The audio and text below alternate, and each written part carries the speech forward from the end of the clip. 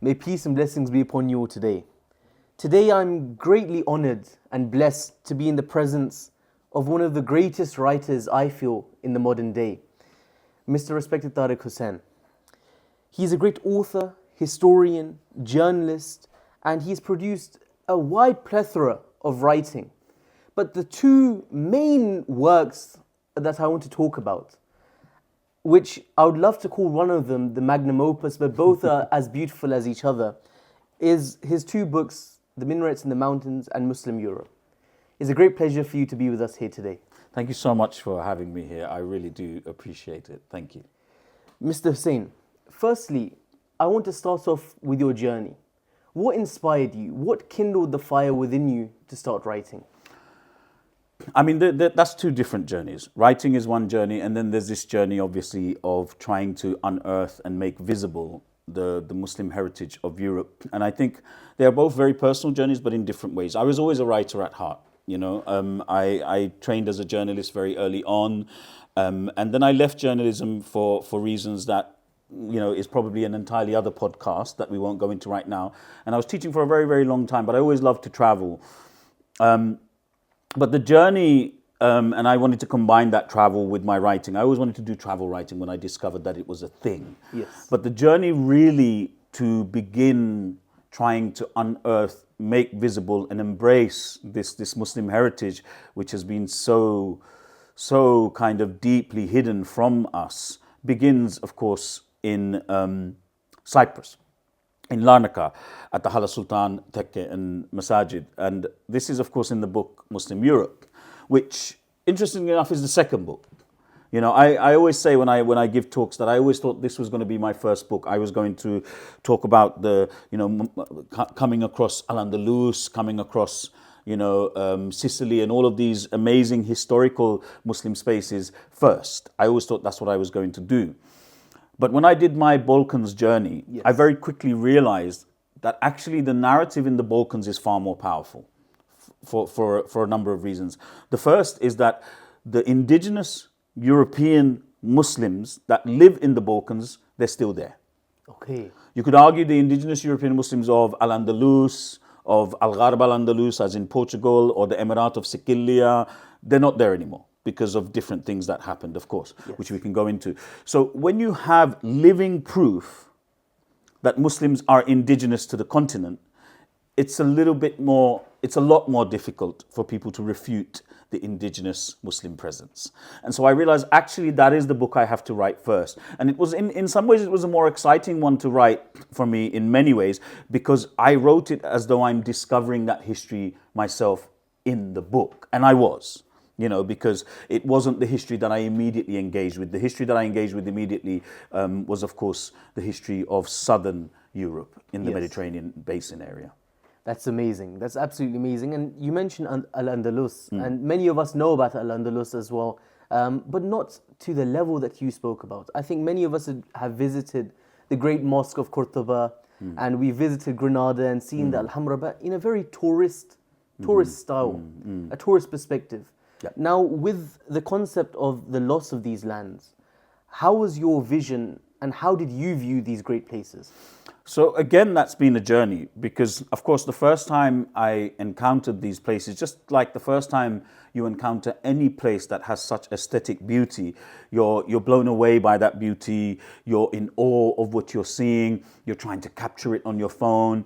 You pick up the local audio guide, which of course is a very Eurocentric audio guide, and you start buying into the Eurocentric narrative of these spaces. And it took many, many journeys and many years of unearthing alternative narratives about the Muslim presence in Europe and looking at it from different perspectives, different historical sources, from travel writers like Ibn Jubair through to historians like Al-Makkari.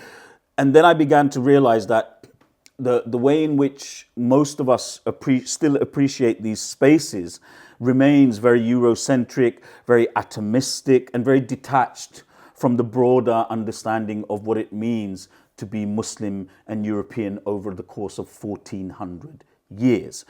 And now that's the challenge we face today, because people will say, oh yeah, you know, I've been to the Mezquita in Cordoba, I've been to the Alhambra, I know what you're talking about. But actually, if you read the chapters, and I know you have, if you read the chapters in my book about those two spaces in particular, in one in the Mezquita in Cordoba, you know, which is the Mezquita Cathedral, I should add, it's now a church, but it's Europe's only Caliphate masjid ever. Wow. So this was the only time a masajid was built to announce the Caliphate. And you could argue, you know, the one in Medina al-Zahra, which is the destroyed Caliphate palatial city nearby, is the other one. But we don't have that masjid no more. It's just ruins. Absolutely. When I'm there, for example, I use Muhammad Iqbal, the great philosopher, the great thinker, the great poet. Because, of course, Muhammad Iqbal famously wrote a poem called Masjid-i-Qartiba. Absolutely. And this was about how he, the great philosopher, the great poet, the great scholar, how he felt about this space. And reading his words was probably the very first time that I was able to read something in that masajid that made me realize just how significant this place was. Wow. Because this was somebody who, although he studied in Cambridge, this was somebody who was not tainted by the Eurocentric take on these spaces. Because, of course, he is a scholar far greater than anything I could ever be. So he was able to access the significance of these spaces through the original Islamic sources. So he knew what this meant. And, you know, he writes about the masjid being something that was constructed out of love. Of course, being the great Sufi that he is, this is what he's going to say. But then he also talks about, you know, what this space means to Muslims. Not just in Europe, but across the globe. And we've completely forgotten this. I mean, he calls it a haram, you know, as in one of the great harams of the world. And some people will read that and say, well, this is taking it a bit too far. You know, we have obviously Makkah, we have Medina, and we have, you know, Masjid al-Aqsa, and these are the three great harams. But he was trying to, I think in that moment, he's trying to remind us just how important this place was. But in many ways, if we use that term, we could talk, it is very much a haram for the European Muslims. It should be a place that should inspire us and make us want to do great things again. So there, it's Muhammad Iqbal. When I go to Granada, and I write about the Alhambra in the book, this is probably the 10th time I've been to the Alhambra. Wow. This time, I'm really keen to point out that when Muslims are there, we are predominantly appreciating it through Eurocentric lens and later projections sourced from places like Washington Irvine's famous book, The Alhambra, Tales of the Alhambra, where he imagines what went on in these spaces during the Muslim period. Because, of course, what actually happened during the Muslim period, the sources, certainly the ones in the West, were completely destroyed. And instead, we're led around these places, asked to imagine, you know, women giggling away in the harem.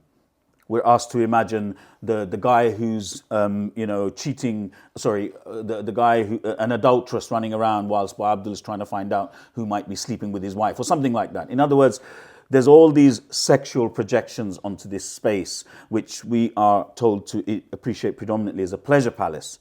And yet this is a space for anybody that knows anything about Islam, anything about, you know, Arabic, calligraphy.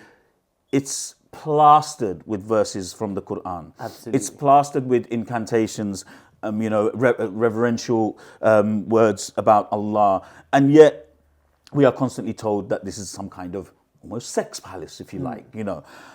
Yet the only surviving document or eyewitness account of something that actually happened there during the Muslim period, the only account of that is that of a Mawlid. Okay. A celebration of the Prophet's birthday. So one of the most holiest events in the Islamic calendar takes place in this space. This is the only account we have.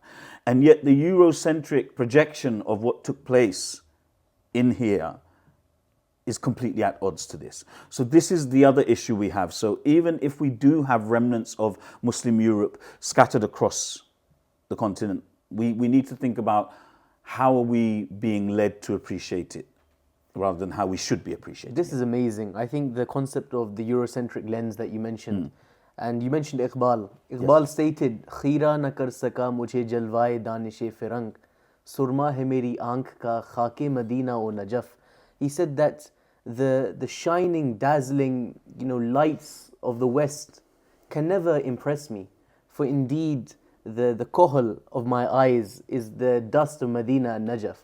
And I think it's very interesting to see that if we keep the Islamic lens, our identity, when viewing these places, I think it can be extremely fascinating. Absolutely. And linking to this, I want to speak about a very interesting anecdote you mentioned in your book, which I really urge everyone who's listening to definitely read. Such a fascinating and unique book.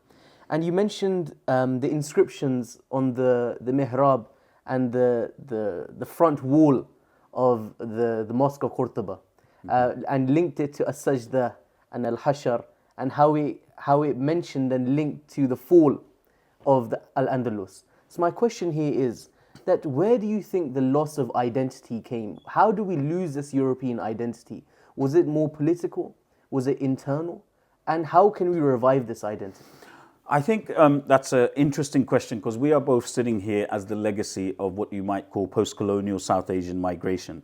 And maybe we feel that loss in a way that we never really had it, if you argue, as some have, that being South Asians, maybe this isn't our heritage. Okay, that's one point to be made. Now, if we speak to indigenous European Muslims, and I'm very lucky, I have a lot of Bosnian friends, I have Albanian friends, I Kosovans and so on, who are Muslim. For them, there's no loss. They never lost this idea of being European and Muslim. In fact, one Bosnian friend famously, when I was writing Minarets, when I interviewed him, he said, "Tharik, I don't understand this discussion about how do you become European and how do you become Muslim, and whether they're compatible. Why don't they just come and look at us? We've been Muslim for 600 years." So that's one thing. Now, even they admittedly have lost the engagement maybe with the history of places like Al-Andalus, Al-Gharb Al-Andalus, and Emirate of Sicily and so on. Now, how did we lose that? That comes down to the way in which maybe Muslims across the globe, what kinds of histories we value and what kind of histories we don't value. And when we look at my book, for example, I can only speak about my own experience. The way in which I began to re-educate myself in Islam was firstly through a prism that encouraged a very narrow take on Islamic history. It was only interested in going back to the very first few generations, the first 3 generations, and engaging with that history. So there are a lot of people that have this attitude, and this obviously encourages them to discount the rest of the Islamic history. So that might be one of the reasons why we don't value this history as well. But I think if we come back to mine and your example, being South Asians, we also have another issue here, in that as the result of post-colonial migration, we are often encouraged to engage with our, shall we say, ancestral Islamic history more than the history that's right in front of us. Right. And this going forward is going to be problematic, because I don't know about you, but I'm not going anywhere. I'm going to remain European. My children are going to remain European probably, and their children and their children's children. In other words, going forward, this huge post-colonial community, if we were to use that term, and of course there are also communities from other parts of the world that are the result of refugees and horrific wars and so on, they are also in this group. Now, all of these people going forward are going to be European. So there's something that needs to also switch in our mindsets a little bit maybe as well. And we need to see this as our heritage, because of course we all know as Muslims, we do not function atomistically. We are part of an ummah. So Islamic history, be it in Pakistan, even as a Bangladeshi, and we all know about the history we have, right? Be it in Pakistan, I still love the Islamic history there. I still engage with it. I still get emotional when I come across it. And the same happens if I go Indonesia. The same happens if I go to the homeland, Saudi Arabia. And the same happens if I am in Al-Andalus. Yeah? Amazing. And so we need to recognize this is our history as well going forward. This is amazing, absolutely amazing. And having an artistic background, being calligraphers and collectors of art, you've explored a wide array of countries. And one thing that we observe is, one issue that I've always had is we do calligraphy. Mm-hmm. Now, it's very difficult to label something as Arabic calligraphy or Islamic calligraphy when the heritage is so vast. Mm-hmm. So my question is what is the importance of art and culture in the lands that you visited? As well as what effort and what importance do you think should be given now to these arts when it comes to rediscovering that identity as we discussed? I think there's, we're talking 1400 years. So at different points, the art, the culture, the science, the knowledge, it impacted Europe in different ways and is continuing to impact in Europe in different ways even today. Because, of course, we have a huge Muslim community in Western Europe now, Yes. and we still have that amazing indigenous Muslim community that I'm talking about in quote unquote Eastern Europe, a term I hate because, of course, it others those Muslims.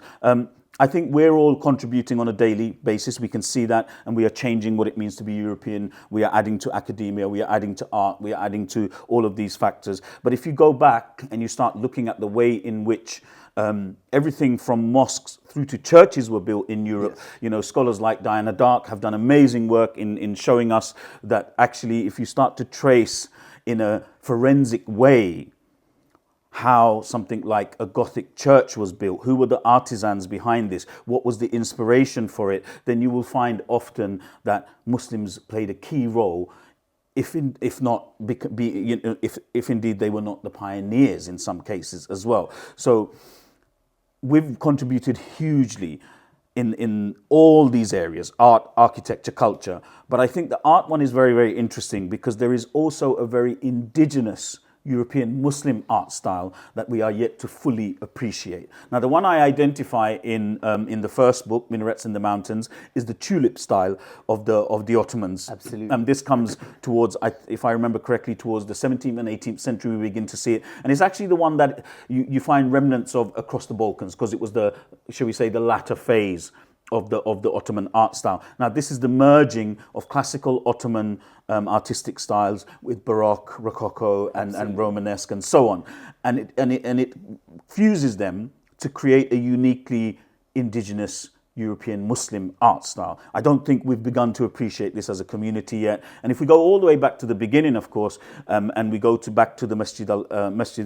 Mezquita Cathedral in Cordoba, for example, the mihrab there, which, anybody that's ever stared at it, it completely blows your mind. For me, this is the very first and potentially the greatest piece of Islamic European art that was ever constructed. Wow. And when you go and stare at this, you'll see, and it has inspired mihrabs all over the world, unbeknown to most people. Many people have prayed in masjids where they have prayed in front of a mihrab that was inspired by this very masajid, and they're not even aware of it. So becoming far more aware of this is also important, so we can then trace, like Diana Dark did with the archaeology, we can trace how this art style has evolved over time as well. This is amazing. I think that one experience that I had when I entered through the doors of Al-Qurtuba was that it combined the jalal and the jamal of the divine, the majesty and the subtle beauty and perfection of God. And I think that this is why art is extremely important, and writing is a great art as well. What advice would you give to individuals living in Europe?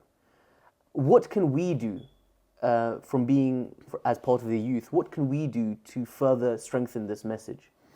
I think, for the younger generation, in some ways, you have far more power than we did when we were younger to actually affect change. And this is because of the revolution that we have witnessed when it comes to the digital mediums across the globe. So now somebody, can start off in their bedroom, trying to make these YouTube videos or these reels or whatever you guys call them, yeah, and actually within a couple of years, and sometimes even within months, they can have the kind of influence many of us writers only dream of having. Thousands, if not millions of followers who are starting to say, hold on, there is an alternative narrative here, or there is an alternative art style here, or there is an alternative story to be told. So I think a lot of people like yourself who are young, who have access to this medium, who are savvy with these mediums, what you need to do really is to take maybe what people like myself and those whose shoulders I stand on, the academics, take the work, be it in the art world, be it in the intellectual world, take it and make it accessible, make it more visible, normalize it. Wow. Make it a normal part of the discussion of what it means to be European. One of the wonderful things that a one of the reviewers of my book said, one of the Muslim reviewers, which isn't a coincidence because the non-Muslims had a very different take on these things. And one of the Muslim reviewers wonderfully said about the book that it is unapologetic. You know, where the book isn't pleading for acceptance. Yeah. I don't need your acceptance. I accept it.